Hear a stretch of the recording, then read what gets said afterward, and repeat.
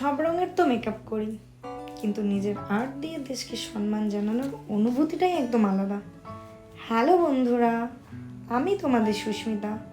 একজন makeup artist হিসেবে নতুন নতুন লুক ট্রাই করি, কিন্তু যখনই দেশের কথা মনে আসে মনটা গর্বে ভরে ওঠে।